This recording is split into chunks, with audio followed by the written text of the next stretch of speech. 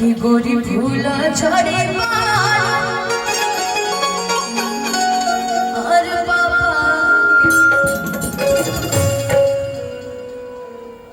बाबा के परे बड़ू अलग लोग सारे दूतवा यार भरा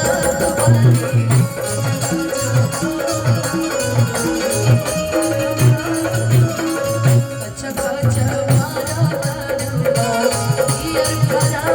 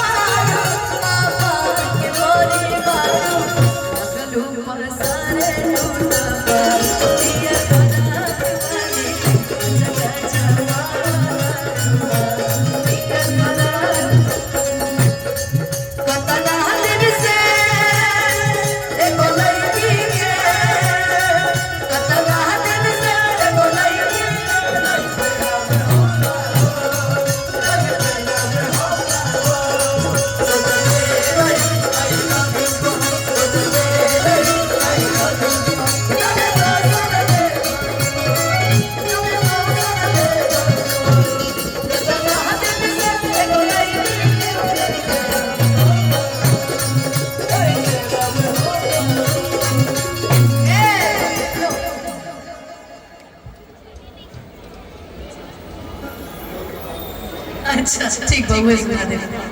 एकरा बाद पक्का कि रही फेरा में हम लागा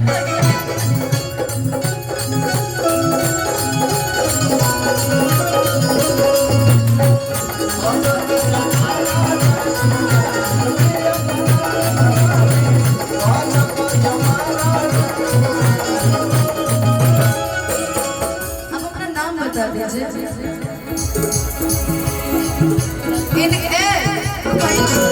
गोलू इनका नाम सुन ला हमें रस भरी अब इनका नाम सुन के आदमी पागल ही ना हो जाएगा। आपका नाम शांतनी, आपका नाम अंजलि नाम से तो हम लोग महा लड़ाई वाला अंजलि नाम तो हम सुनना चाहिए। क्या पढ़ना अंजलि नाम तो मैं सुनना नहीं चाहती लेकिन अंजलि मेरी बहन आई है। आपका नाम नेहा, वाह नेहा आई है, अंजलि आई है, रस भरी आई है। और कौन नाम तारा घर का नाम मिल रहे गोलू बड़े क्या गोलू तू ही करता धरता हमारा हो क्या चाह चलो डिवोर्स करे बुका कान कहे तोरे पे सब लोग सीधा होले भगवान क्या करूं कि गलती से हर गलती से ये जाने टकरा गई हो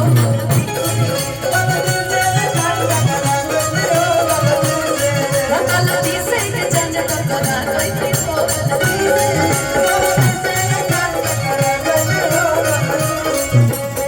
लड़की के देखे बगल आइल बड़ा लागे कि भाग के आइल बड़ा कहरत ये सारा बारू बुझा बारा कहरत